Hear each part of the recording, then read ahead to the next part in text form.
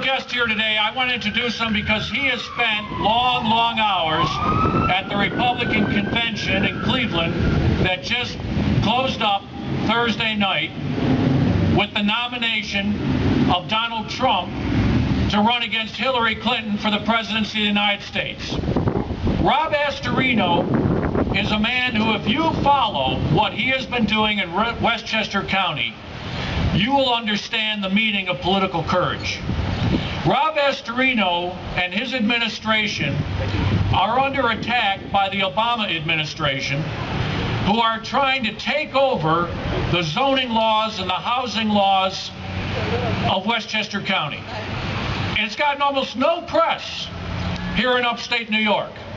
The Syracuse Post-Standard, the Ithaca Journal, the Elmira Star-Gazette, none of these papers have had hardly any coverage about the Obama administration's attack against Westchester County, and there's only been one man who has stood between Barack Obama and his radicals and the people of Westchester County and the safety and the quality of their lives, and that's Rob Astorino. Rob Astorino has stood up to a federal judge, to prosecutors, to others that want to change the quality of life of his county, and said, I'm the elected representative of these people, and I will decide to the best of my ability what is in their interests, not some bureaucrats sitting in Washington. We all know Rob Astorino is the man who ran and spoke truth to power against Governor Cuomo in 2014 when he ran for governor. We also know Rob Astorino, who came within a few 100,000 votes of beating Andrew Cuomo, even though Andrew Cuomo threatened, extorted, intimidated everybody who would have wanted to give money to Rob Astorino's campaign. Andrew Cuomo was afraid that Rob Astorino's message, which has reverberated throughout upstate New York and all the way out to Long Island, that in a fair fight, Rob Astorino would have won. And that's why Andrew Cuomo did everything he could to choke off Rob Astorino's ability to raise the money and get his message across. And yet, Rob Astorino won virtually every county in upstate New York and Suffolk County and almost beat Andrew Cuomo. Rob Astorino took that message from one end of New York State to another. He continues to take that message of individual liberty. He continues to speak out against the SAFE Act. He continues to say that home rule is good and that our towns and our counties and our school districts should decide their own future and their own fate, not bureaucrats sitting in some state bureaucracy. Rob Astorino, come on up and say hello to the crowd. Let's give a big round of applause to a man with true political courage, Rob Astorino. Thank you, Assemblyman, and it is great to be back in Shenango in the Southern Tier here in Norwich. I feel at home, and thank you for everything that you did for me in 2014 in that race. One of the nicest things to see is you look at the map, the county map of New York State in 2010, where Andrew Cuomo painted it blue all across New York State. And 4 years later, as we were outspent $46 million to $6 million, we took our message to every county many times and spoke in many public squares and told people the trajectory of our state is out of control. And you know what? The people responded. And that state map became almost all red in 2014, with exception of a dot down in southern New York called New York City. But we're working on that, because in 2018, and boy do I pray this governor runs again, in 2018, we're going to take him down and bring back New York to the people of New York. And no matter where you go, and by the way, I bring greetings from my Glock 17 who had to stay home today, but we both say hi, and the Second Amendment community is under attack. It's under attack from this governor with the SAFE Act, which should be fully repealed. And as Senator Akshar said, this governor won't do it, but a different governor will. And so we've got to make sure that we repeal the SAFE Act. And we had the courage in Westchester when our Second Amendment community was attacked by their newspaper, the Journal News, which literally published the name of every pistol permit holder in Westchester County, treating permit holders as criminals and exposing them and their property and family to lunatics. And we wrote a letter to the publisher, and we denounced them publicly and demanded that they take that list down off their website. And we built up enough support and enough pressure that eventually they did take it down.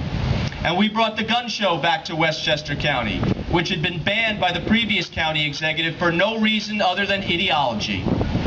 And so we stood with you because you have stood with us.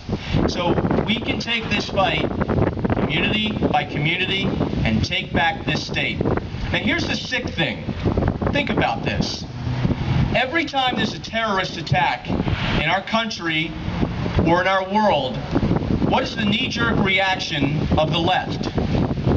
They blame gun owners, legal, law-abiding, Second Amendment gun owners, and police officers, as opposed to terrorists and ISIS.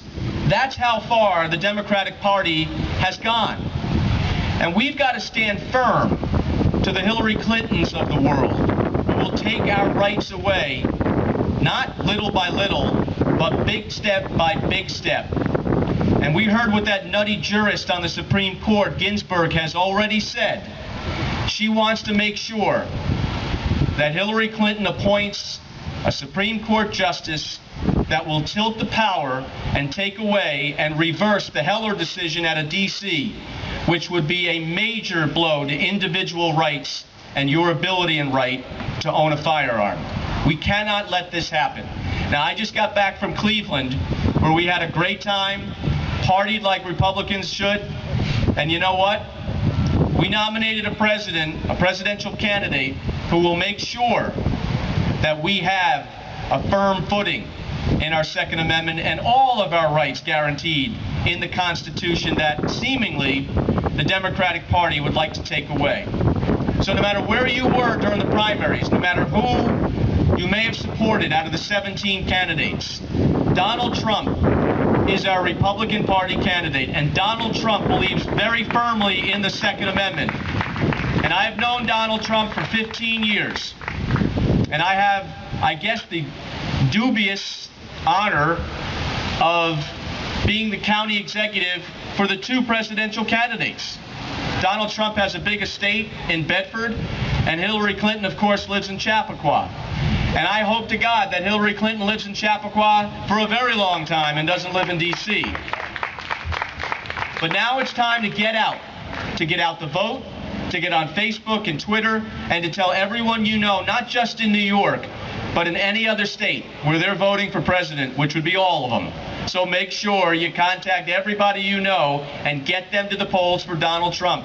Everything is at stake for us. Everything is at stake for us, 2A community. Please get out, register.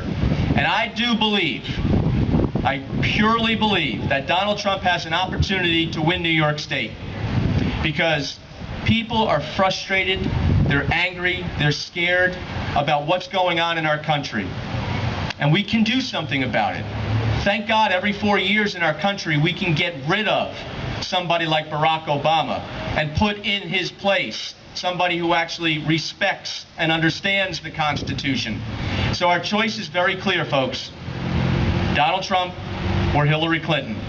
Please, please get out and support Donald Trump. But he needs help.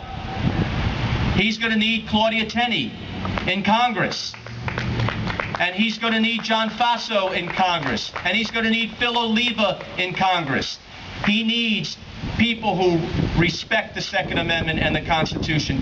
He needs Wendy Long, who you're going to hear from, who's running for Senate. Can you imagine Chuck Schumer leading the way? Wendy Long will protect our rights, so please make sure you get out there. And of course, Fred, who you heard, who's doing a great job in the state Senate. Please, folks, there's so much at stake. I came up here to say thank you. Thank you for what you did for me in 2014. Thank you for what you will do for whoever runs against Cuomo.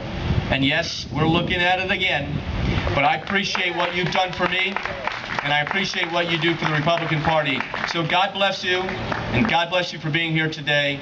God bless America.